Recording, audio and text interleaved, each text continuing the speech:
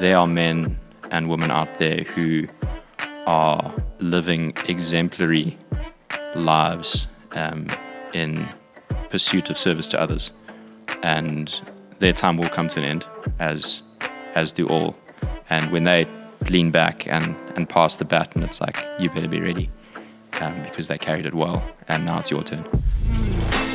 So we're making these decisions based out of fear, not out of a place of, well, maybe we can work together. Why don't we collaborate instead of compete?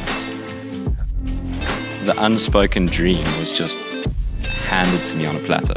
Just like, there it is. You want to call this place home? Here's the invitation. So we're back for part 2. Hello. Thanks for that last session. It was amazing. We left off with you talking about those 3 months you spent in the States. Sure. And we now got on a jet plane, or you got on a jet plane and you came home. Mm-hmm. So you then get home, and do you just hit the play button or record button? Yeah, unpause pretty much. Harris So, Creations? I had clients who had been prepared to wait for me to come back to undertake the next commission that they needed. And yeah, pretty much the next day rolled out of bed and got going building furniture again.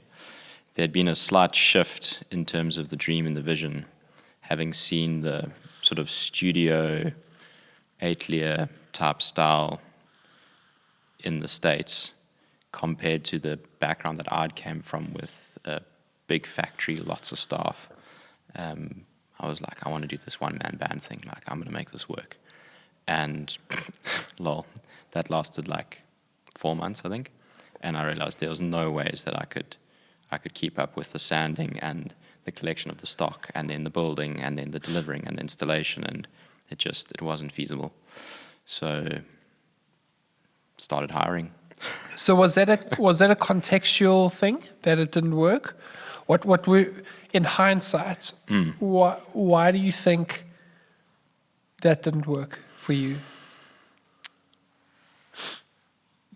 There was a moment of realization in terms of, like, what are you trying to prove in trying to do all of these things yourself? That was the one part of it. And the other part of it was the fact that South Africa is an entirely different economy to the States, in that unemployment is a massive issue here. And I truly believe there's a responsibility on individuals who have the capacity to employ. Yeah. That's the bottom line. Yeah. And if that means that one person employs 4 people over there, somebody else has the capacity to employ 1 person over there, someone else starts a company and employs 800, fantastic. But the point is, you having individuals creating opportunities for work. And that's what SA needs. We need to change those stats. And I think saw myself in that position to employ, as humble and simple as that was, and I think still is in the grand scheme of things. It's a step in the right direction, and it's a small part of a bigger story. Yeah. So someone said to me one day, or I heard it. No, someone said it to me. He said that we should be using our privilege as a tool and as a way, as leverage to help the people who are less privileged, not lord it over them and wield it over them as a position, but rather use it as a way to position ourselves to help people who are. So if you open up our Instagram, I deleted Facebook about a month ago, and that's a whole separate tangent in itself. But if you open up our Instagram bio, like the first line of our bio, it states that we're a kingdom company. And I think our conviction is that we've been given this company to steward, Yeah. and it's something that's not ours, and we need to make the most of stewarding that, because my grandfather taught me a really cool principle. He said, if you can't afford to loan something, don't lend it. And when you borrow something, always give it back better than the condition you received it. So if you borrow a car, top it up with fuel, take it for a wash. If you borrow a tool, get it sharpened, you know. And the bigger things in life, like a business, which we've been blessed with, and going, cool, we've got this thing. We can either live for it for self and self-glorification, or we can make it available to the uplifting of the stories of others. And that's a massive part of our vision. Yeah, it's awesome, bro. It really is awesome. And yeah, let's chat more about that just now. But so you tried to do the solo thing for 4 months, and then you decided, actually, this isn't going to work. So you what now, 22 or 20? Yeah. 23, okay. 22 plus VAT, somewhere around 22 plus VAT, yes. I like that one. So how long did you stay in that Gemini hut for after you got back? So I got back in the July and moved to the new factory the March the following year. So it was a reasonable amount of time, just a fraction shy of a year. And we got to the point where it was just completely unsustainable to continue working there.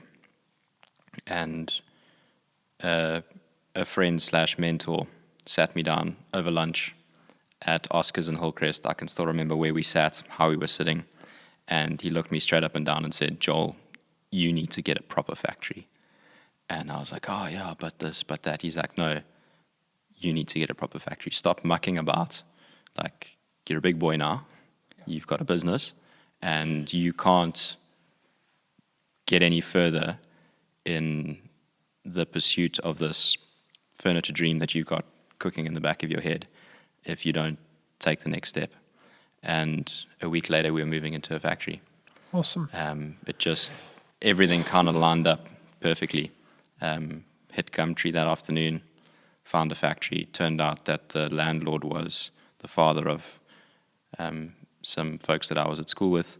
And yeah, they offered us a great rental rate, staggered the deposit, like made sure that it was very easy for us to enter the rental market as a 22 plus VAT-year-old. And yeah, it was the best step we could have taken, aptly timed. The work came. Awesome. Because we had the capacity. You know, if you don't have the field, you can't plant the crop. So it was certainly an expedition of expanding the field. And yeah, I don't want to say the harvest was good because it's still a small business. Like, it's still tough. But we were certainly processing more furniture. And at the end of the day, like, that was the goal. Like, we want to build cool stuff. There's something in that, because I mean, that speaks directly to where I'm at the moment, in needing to probably just take that step and change the physical capacity so that you can increase your capacity as a business. And yeah, I mean, that couldn't have been an easy step. But having someone, I could imagine having someone alongside you, pushing you in that direction, maybe someone that you trusted, and someone who's done it before as well. Okay, so that's a big difference. Yeah. This wasn't a wishy-washy, like, oh, maybe you should give this a try. Like, here's a good idea. I just Googled this, and here's a 100%. Okay. This was wisdom. Okay. This was experience speaking. This was a guy who'd started his own. He's our timber supplier. We get all our wood from them. Started in the back of a bucky, and now they've got a branch here, a branch in Joburg. And yeah, crushing it in the timber space. That's awesome. So yeah, we've had a relationship with them. Sure, I think I bought my first plank from them when I was 14, 15. So it's been a minute. That's awesome. So you've got this factory, and you're employing staff. How?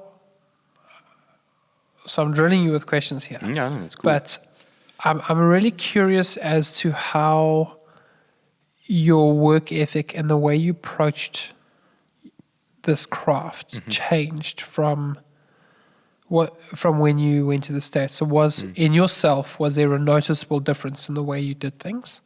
And maybe what changes took place in the way you approached work and the craft and business? Sure. Interesting one to complete. I think as I said, the inspiration and the affirmation was definitely a game changer, because you need that. Like, you have those tough days where you wake up and things aren't so hot in the factory, and it's like, flip, I've just got to get this done. So from that perspective, I think it was just more fuel for the fire, from a mindset perspective.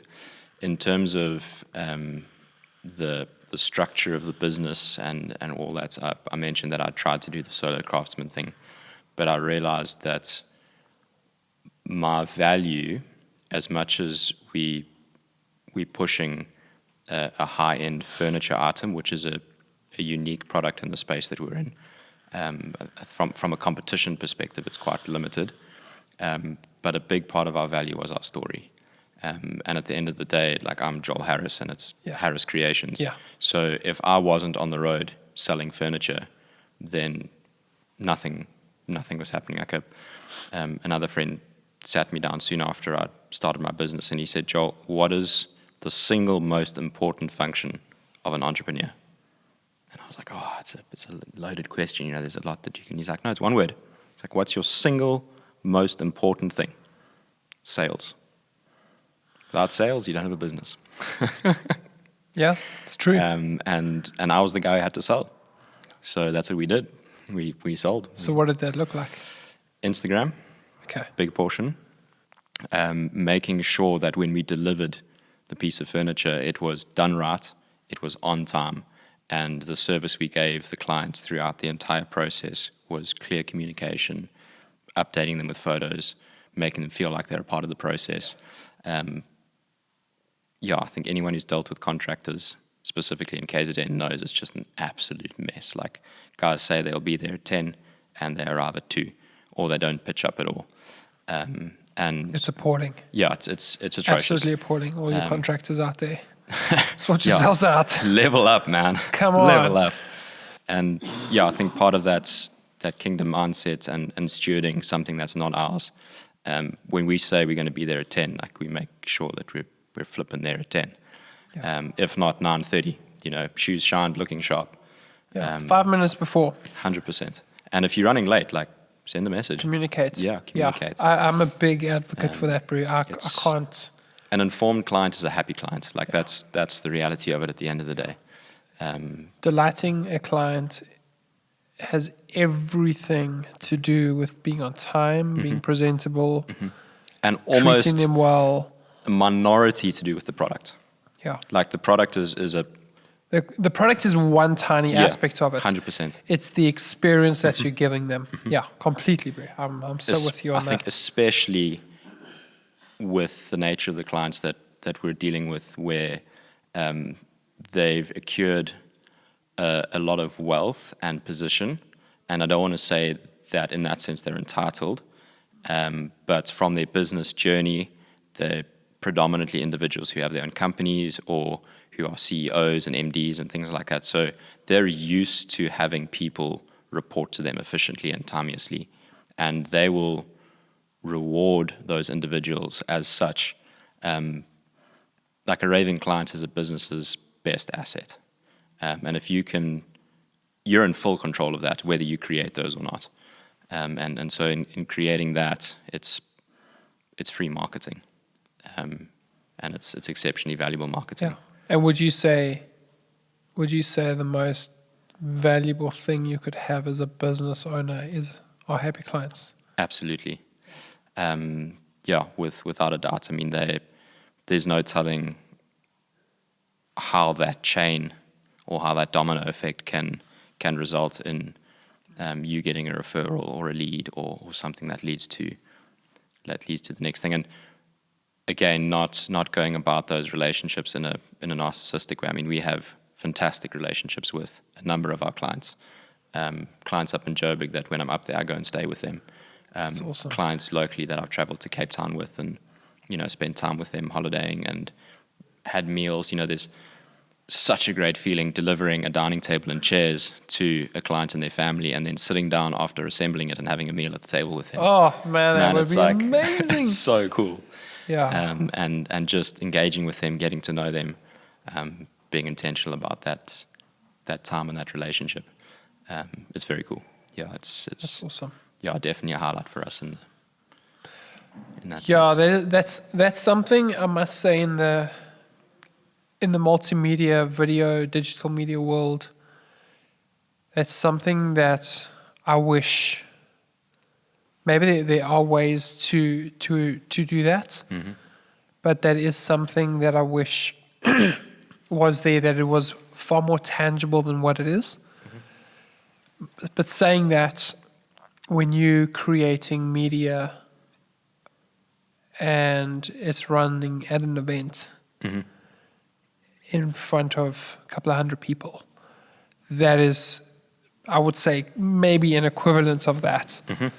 But that is definitely something I really struggle with working in the digital space, is the lack of the tangible deliverable. Because it's just, it's in a cloud, it's on a hard drive, it's in your computer, on your phone, in the air. You can't touch and feel it. Yeah. So having a dinner with your clients at the very table that you designed and create and crafted must be the most one of the most incredible things to experience. Yeah, it's very cool. What's been one of your favorites? Builds or responses or so build through to, so if you took the build through to that final moment where you hand it over. Sure. One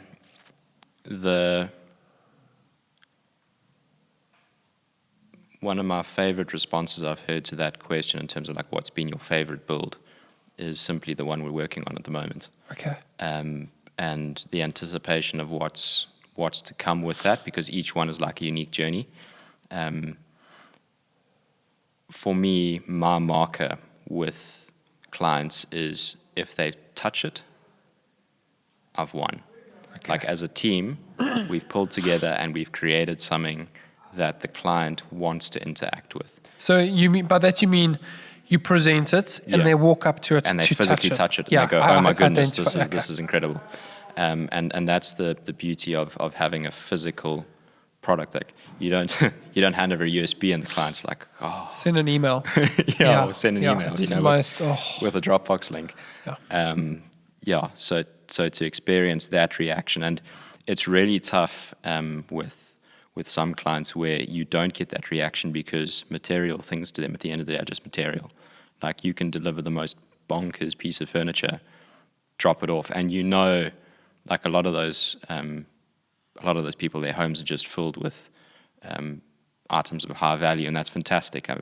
I get quite irate with people when they get upset when it's like, oh, they spent X amount of money on this expensive thing when they could have donated it to this, and it's like, well, they actually supported an entire infrastructure behind the scenes because that company has employees and that company has suppliers and those suppliers have employees. Like you're supporting the product chain, and if you've got that amount of money to spend on that thing, fantastic. Keep it in the country, keep it local, support your local business. It's huge, and if you can do it, fantastic. But it's from an artistic, emotive point of view, to not be able to experience that touch and feel is sometimes a bit tough. But then it's like, cool, they paid for it. Yeah, so it is what it is. Yeah, it's to do. And sometimes I think some people don't have a naturally outward expression of joy. Some people have that and it's delayed. It's slower than what we would hope for. maybe for them that expression comes when they actually sit down at the table and have dinner a few times, and there's that moment of realization. Or maybe it's expressed through showing it to their friends. And I often think of, I love C.S. Lewis's. Oh, what a lad. Yeah, I love how he speaks about how pure joy is actually shared, and the expression of joy needs to be.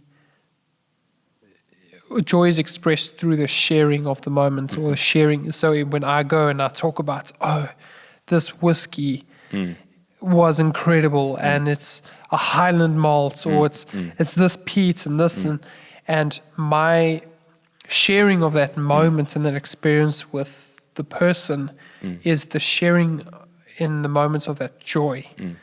And yeah, anyway. We're teetering on the edge of that community conversation. Yes, it's just right there, and it just wants to tip over. And before we get there, Bru, we aren't in the workshop that you moved to. No. So let's quickly just cover that little gap there, and then we can. Cool. So, yeah, I was working at the furniture high-end kitchens company, and my boss one day said to me, "Hey, Joel, we've got this really cool job. You're going to dig it. I want to take you to the site, and we're going to go have a look, measure up, whatnot."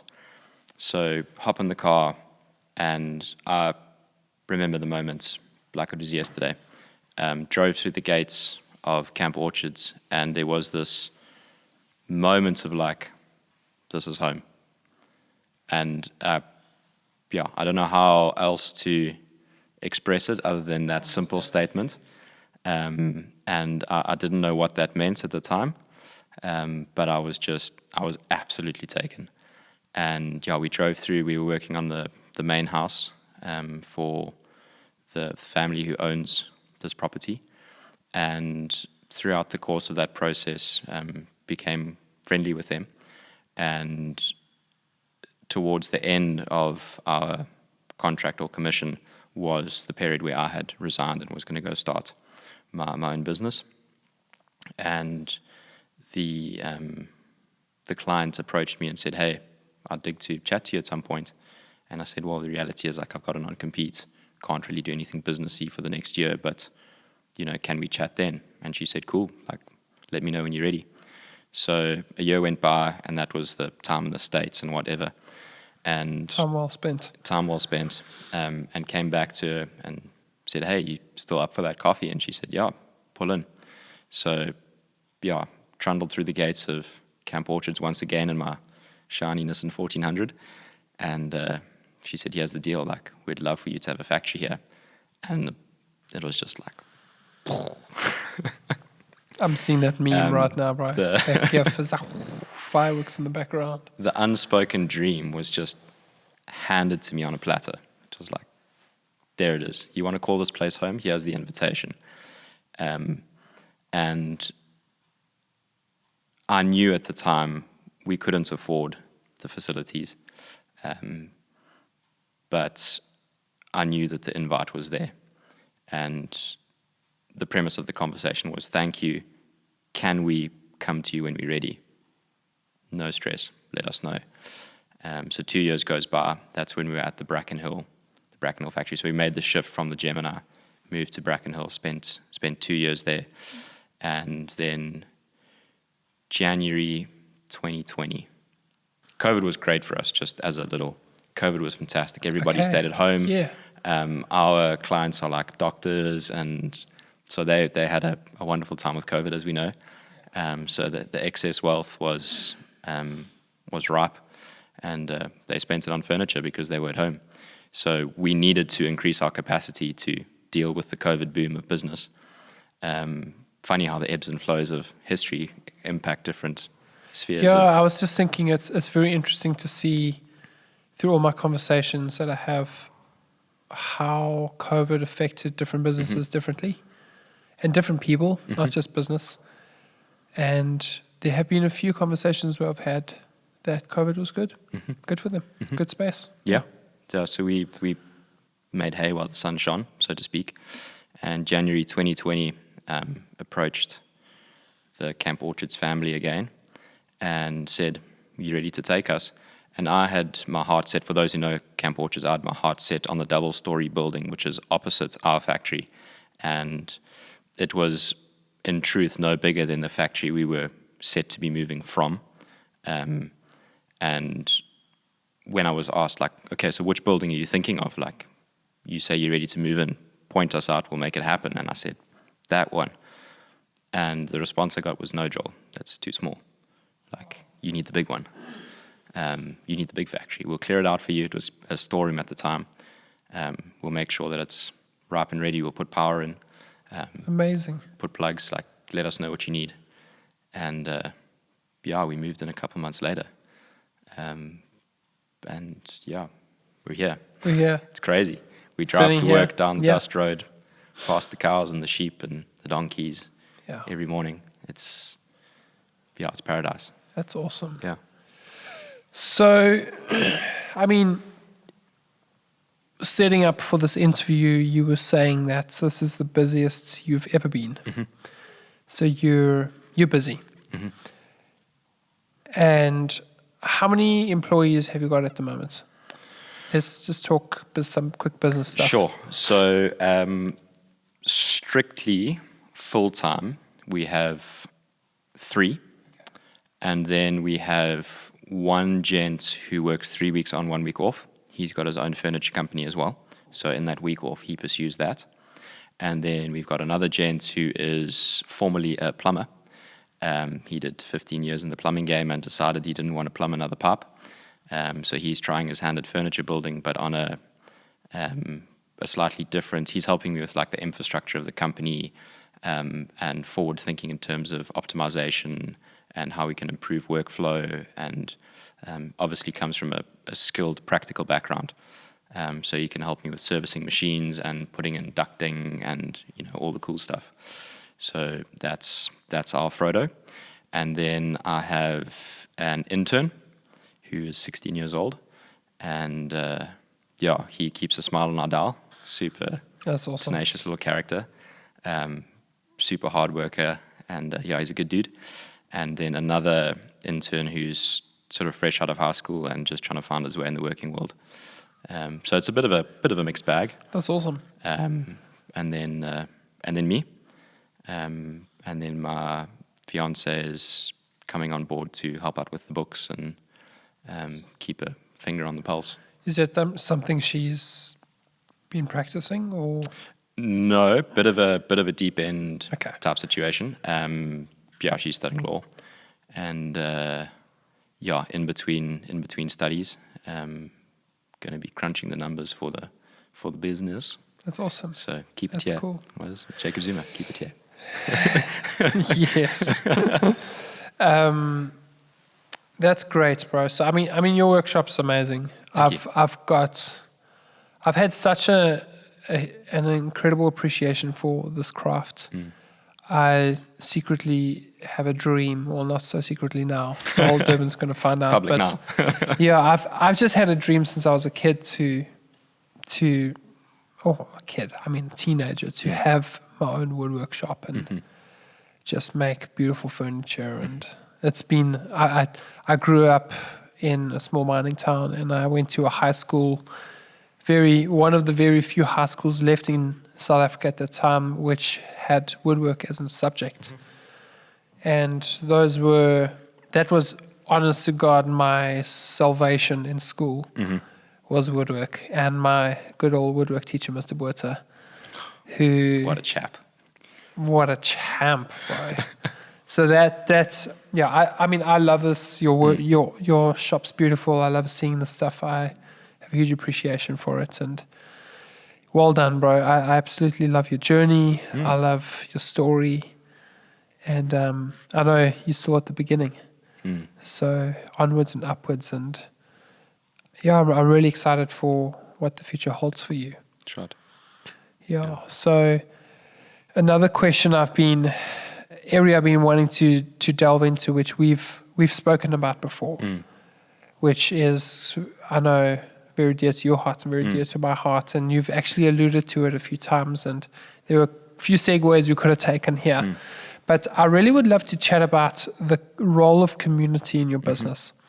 So I'm a big believer of building community. I think community takes different shapes and sizes and forms.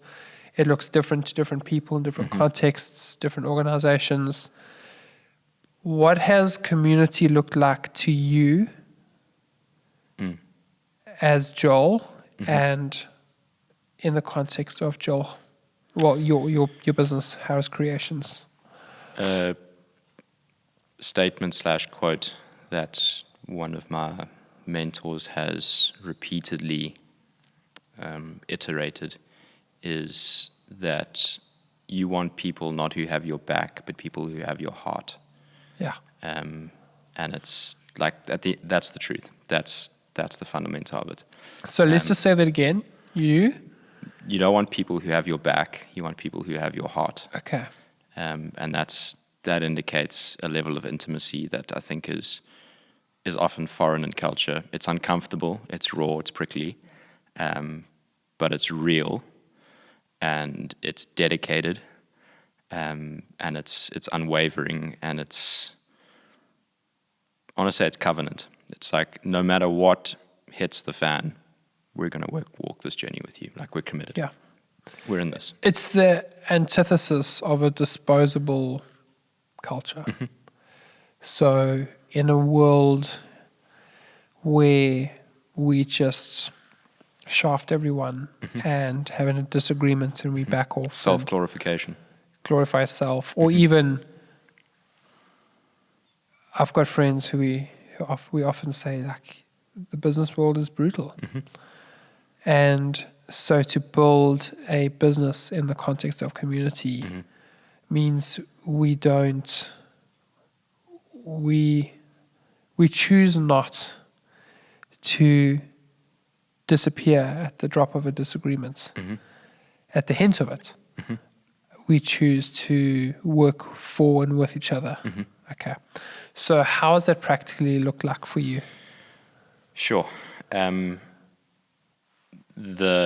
Within the first week of me handing in my resignation, I got a phone call from an old family friend who I'd been on band with at church for a number of years, and he was actually on the shareholders of the first company that I worked at. He's the financial director. He phoned me and said, "Joel, can you come and see me?" I said, "Sure, no problem." Pulled in, he said, "I hear you're starting a business." I said, "Yeah." He said, "Well, anything accounting related, consider it taken care of."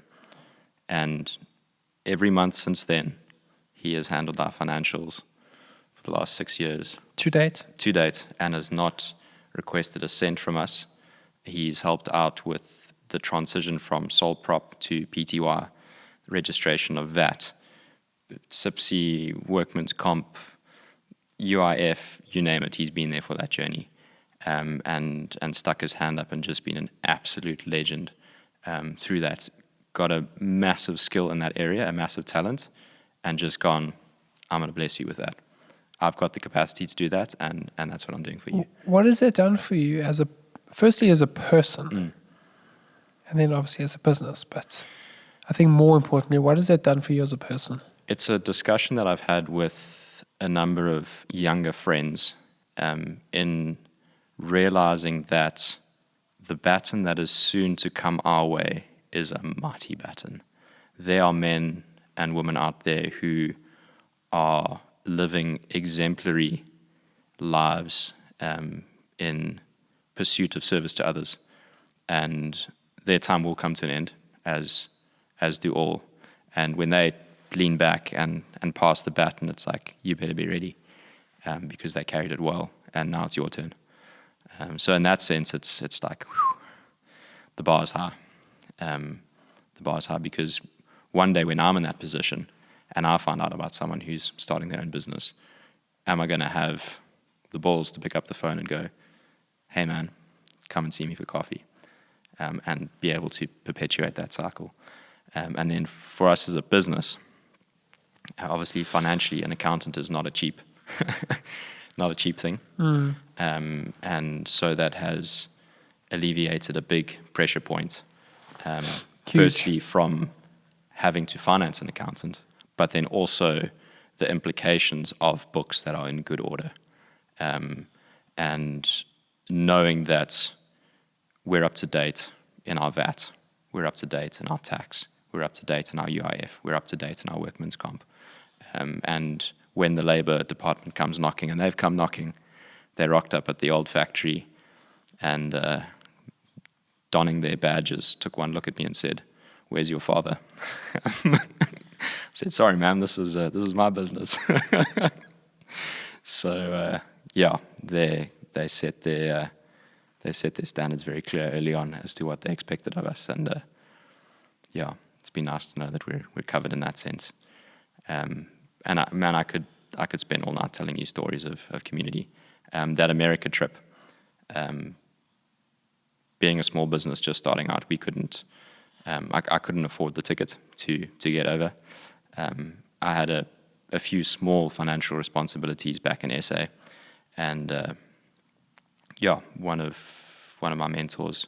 I speak of these mentors often. There's 6 men in my life who've stepped in through various circles and basically said, "Hey, Joel, we want to come alongside you and support you in your journey of life." They're all sort of over 40. They've taken the hard knocks. They've done the university of life. Yeah. And for whatever reason have wanted to join me and Joel's journey of life. But basically this gent said, "Hey, I'm willing to pay for your ticket. I'm willing to cover your expenses back home, and you can pay me back whenever you're ready." And that experience was funded through that. And so a couple over a period of a few years, we were able to settle that debt. It's it's unbelievable, man. The days where the poo really hits the fan and you don't know what to do with yourself, knowing that I can pick up the phone and on the other end of the line is a gent who's not only empathetic, but also going, "I've been there." Not always giving the solution. I think this is very important to hone in on, because spoon feeding is too easy. Yeah. And when you are able to use your brain to solve a problem, sometimes all that was required from that phone call was just a calm down, take a step back, go for a walk, have a cup of coffee, or do you want to meet for coffee? Do we need to meet for coffee? Cool. I'll see you at this place in half an hour. Meet for coffee, decompress, share some pointers, but don't give a solution. Allow the individual to formulate their own ideas, and learn to think, and then go from there. And that side of it has been incredible too. That's awesome. Because then it would be, I want to say, too easy to just pick up the phone and go, "Hey, what do I do next? Hey, what do I do next? Hey, what do I do next?" And never live self. What's Dr. Seuss? "You are you. That is truer than true. Nobody else can be youer than you." Yeah, that. So, I mean, that's amazing. And I'm relatively new to the business world. Mm-hmm. I've been in for 2 years now, or 2 and a bit. And from the most part, from what I've seen, and to a point what I've experienced, well, maybe not so much. I've had some incredible people alongside me. But it is a lonely place, bro. There are a lot of, I would say the majority of businesses and the most businesses that exist on their own without a support system or at least some kind of relationship or friendship or connection. And I completely understand and see the value in it. How would you, for the listeners, how would you encourage them to find a way to not do this on their own? Make yourself available. What do you mean by that? As humans, we're averse to rebuke. Is a bit of a hard word, perhaps, to advice. In that it's like, this is me, this is my thing, this is how I'm doing it. Stuff the world, and off you go. And there may be well and good intentioned people who not necessarily have experience in your craft or your business, but there's fundamentals to running a company. We can shoot back to the communication of the clients, making sure clients are well looked after. Like, that's a fundamental business principle. Doesn't matter if you're a plumber, an electrician, a painter, like, you have to hold true to that.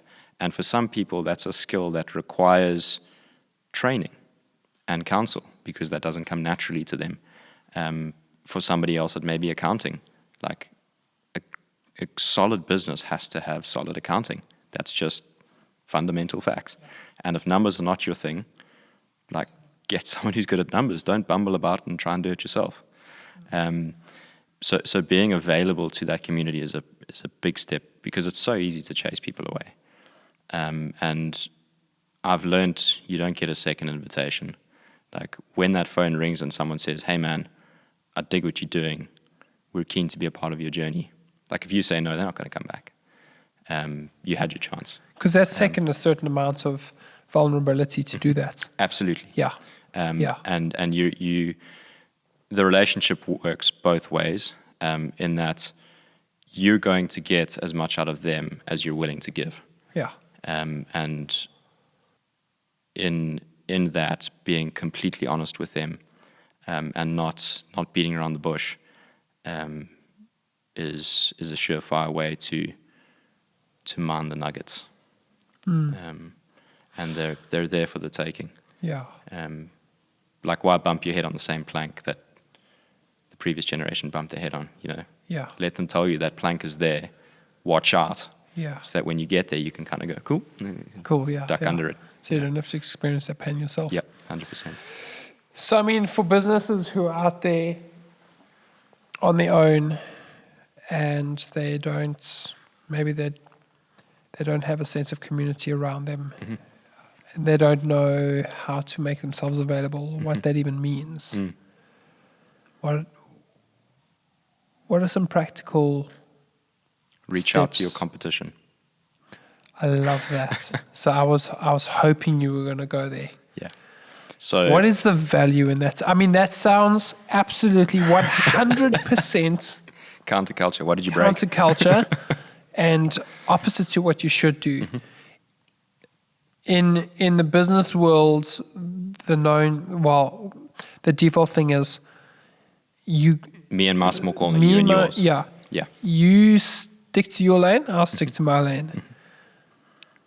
So let's talk about that. Yeah, This excites me. Yeah. No, Yeah. it's epic. The woodworking community I can't speak for further abroad than like what I've experienced in KZN. But certainly the circles that I've been exposed to, super rad group of people. Like, the most down-to-earth, humble, solid. Like a piece of wood. Like a piece of wood. Yeah. Like one of your tables. 100%. Anywho, to the point where, I'll name it, the Streets Furniture. The Streets are based up in Maritzburg. It's a husband and wife run company, Neil and Helen, and they are dear friends. And I know that I can pick up the phone and go, "Neil, bro, like, I'm willing to box someone right now. Like, I'm done. This is what's happened. This is the story." And he can be like, "Oh, bro, I've been there. Like, this is what happened, this situation, this is how it played out, this is what happened." And then we kind of deal with it and move on. And then he'll phone me with his story, and we'll get stuck on a project and pick up the phone. "Hey, man, stuck with this thing. What did you do when you hit this roadblock?" And exchange that knowledge. And from a perspective of like treading on each other's turf, it's never happened. And I think if you are truly authentic in that relationship, it will never crop up, because the reality is, like, there's enough work to go around. Big time. That's a non-issue. And even if there's the perceived the perceived idea that there isn't. That's completely based on a fear mindset. It's completely based on a mindset which says there isn't enough. Absolutely. But there is. So we're making these decisions based out of fear, 100%. not out of a place of, well, maybe we can work together. Why don't we collaborate instead of compete? Yeah, absolutely. There's this crazy notion that we have to just always be better. Why try be better than someone when and there's we can? no medal. Like it's not a 100-meter sprint or butterfly or whatever. Like there's no, oh, you're the best chair builder in South Africa. Like, yes, we have design shows and whatever, but the metrics of those are so unbelievably skewed for different reasons. And yeah, you can honestly win some of those competitions, but it's like, well, what's the purpose? Yeah. Like Yeah. Completely. Completely. Yeah, and I don't want to bash the industry in that sense at all. There's certainly value in what they're trying to achieve there, but I can't see it being feasible to go, well, he's the best furniture builder and he's the second best furniture builder. Like, we're never going to arrive there. There's too many variables, and so. And it's not completely true either. Exactly. Yeah. So making friends with your competition and allowing them to be part of your community just opens up so many doors, to the point where, like I mentioned earlier, we don't really have competition in what we're doing because of the unique service that we're offering. So when I say competition, like, we're a solid wood furniture company. So if you're a solid wood furniture company, go and make friends with other solid wood furniture. You're a videographer, you specifically do long format film. There's a bunch of other guys doing short format, whatever. Yeah. Like, it's a creative space. It's a creative space, You go even broader than furniture. You can go into the creative space. Absolutely. And cross-pollinate, because you might have a quiet month and they're booming and they're able to swing some work your way, and vice versa. There's no... If someone wants a Harris Creations piece of furniture, they're going to come to Harris Creations. If somebody wants a piece of furniture from the streets, they're going to go to the streets. Like, Joel Harris is not going to make the streets furniture, and the streets is not going to make Harris Creations. Completely. Like, that's the fact of the matter at the end of the day. Yeah. And eliminating that bridge has been a phenomenal experience from a sanity point of view, for a start, and that feeling of like, oh my days, what am I doing? This was the worst idea ever. Yeah. To, oh, somebody else experiences those struggles. Cool, let's chat about it. Yeah, that's awesome, Brew. I think there's such a value in forming, even if it's just a small sense of community, because we all deeply desire to belong to something. And when we spend our lives existing in a place where we feel threatened by everyone, and you only feel threatened because of the unknown, you don't feel threatened because you know something. You feel threatened because you perceive that this competition is a threat to me. 100%. Because you don't know them. Yeah. And maybe in reality they are, and they could, maybe their whole thing is, well, I'm just going to come out and compete and dominate everyone. Completely. But it's an unguaranteed outcome, which is as unguaranteed as the relationship working. Yeah. But because humans are created for community, when it's pursued with authenticity, it can only go one way. Yeah. Like, it's completely.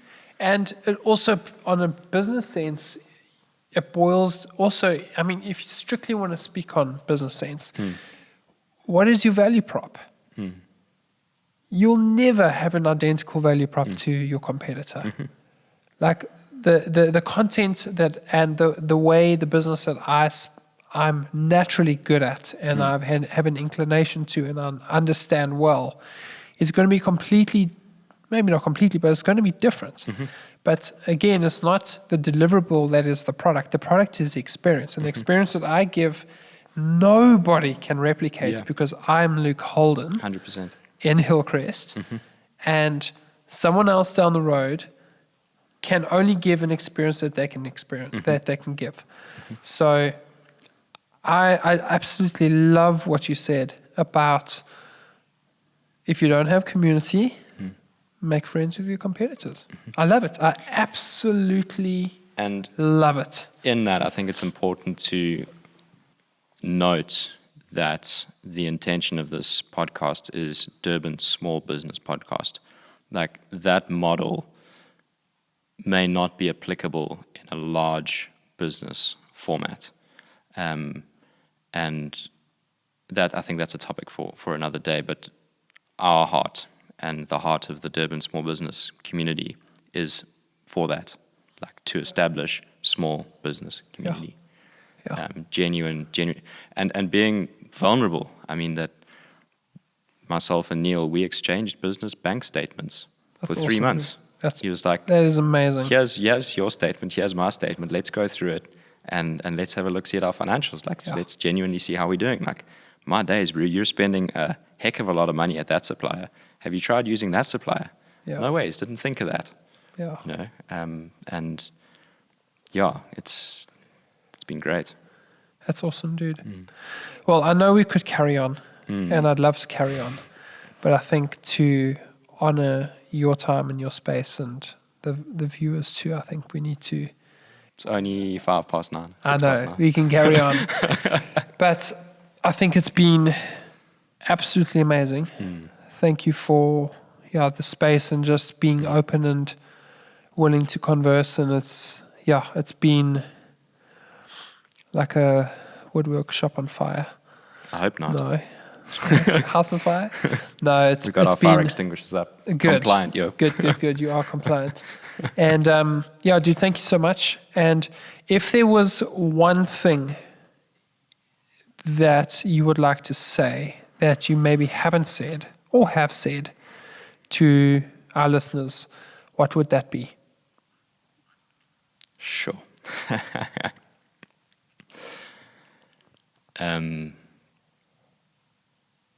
The story is bigger than you. Okay. The story's bigger than you. There's a lot more that I want to say on that.